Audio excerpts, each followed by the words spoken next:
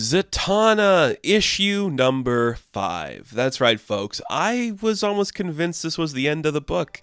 I thought it was just a 5-issue miniseries, but I guess we're getting to 6 issues, which makes me happy, because I don't want to leave this book.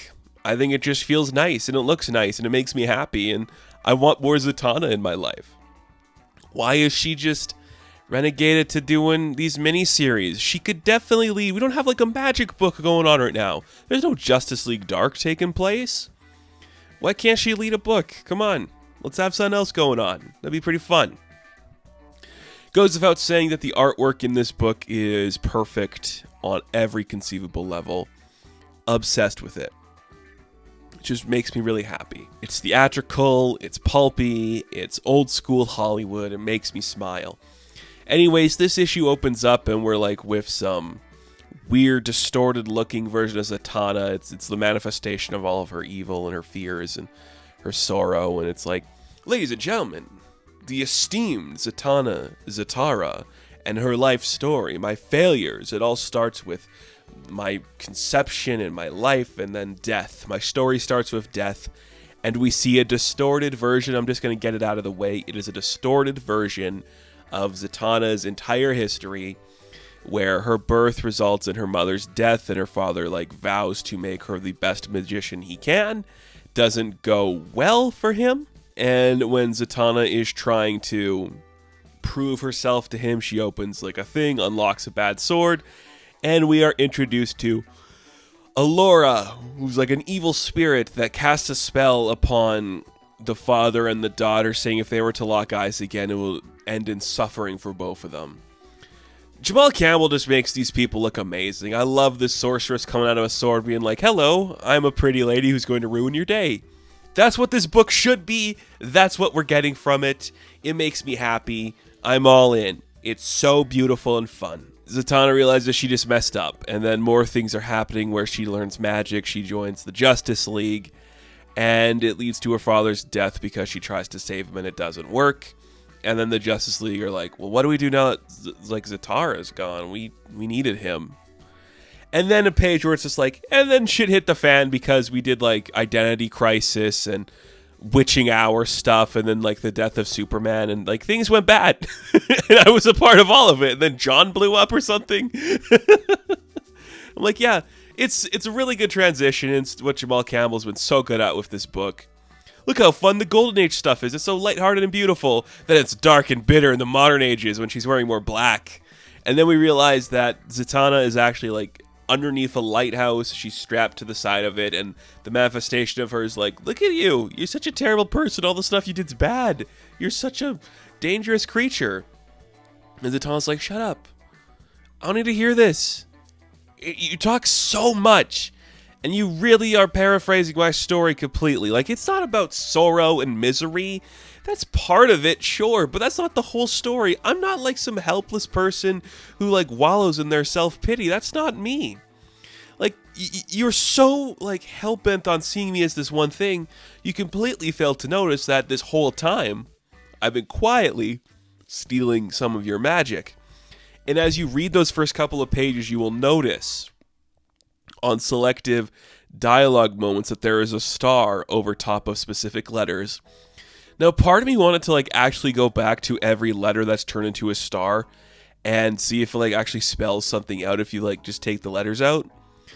I don't have the patience to do that, so I'm not going to do it, but maybe it does. I don't know. Anyways, Zatanna breaks through because she consumes some of the magic there, and she's like, ta-da, look at that. I'm actually more capable than any of you realize. Now, I'm going to do the right thing. And suddenly, because she has such a burst of power, sending her back into her strength, she goes a little too far into another reality, and we get a really cool splash page, which is her landing on top of unfinished artwork from Jamal Campbell.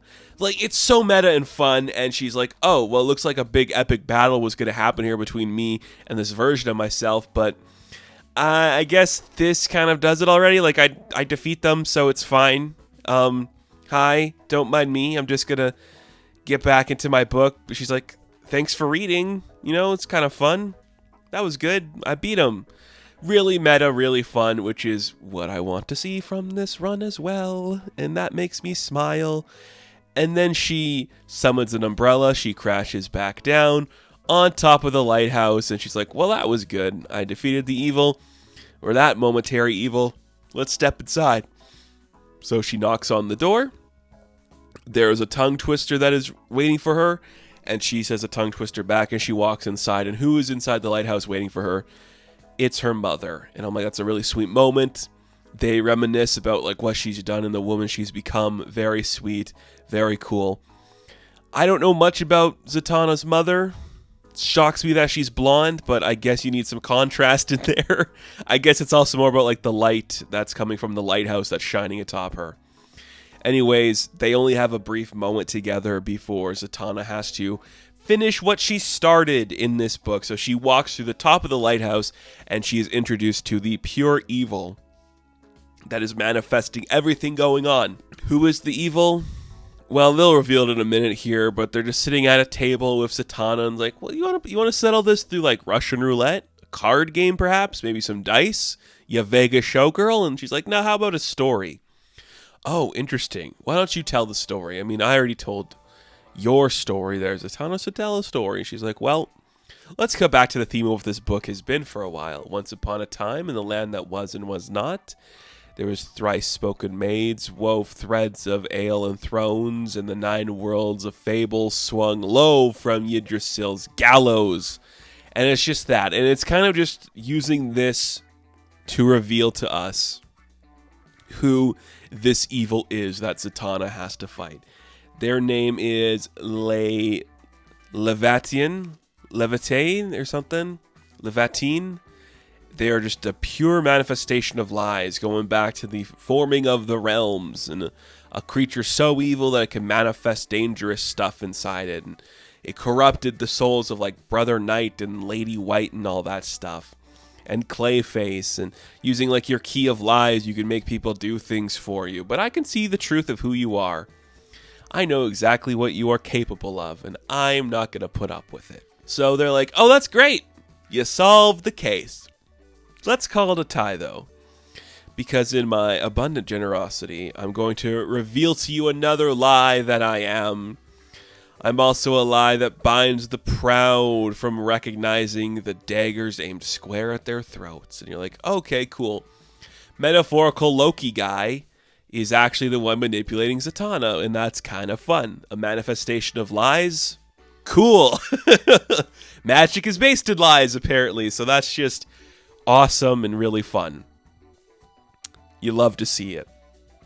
And the book has a little bit more of a wrap-up for us, because we then cut back to the Crimson Palace nightclub, where Brother Knight has been beaten up, and the Lady White is standing over him, like, would you shut up now? He's like, no, I command you to listen to me. He's like, I'm not doing anything.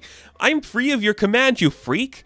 I hate you. You promised me one thing, you took another thing from me. I am not doing this with you. I'm not your stupid trophy wife.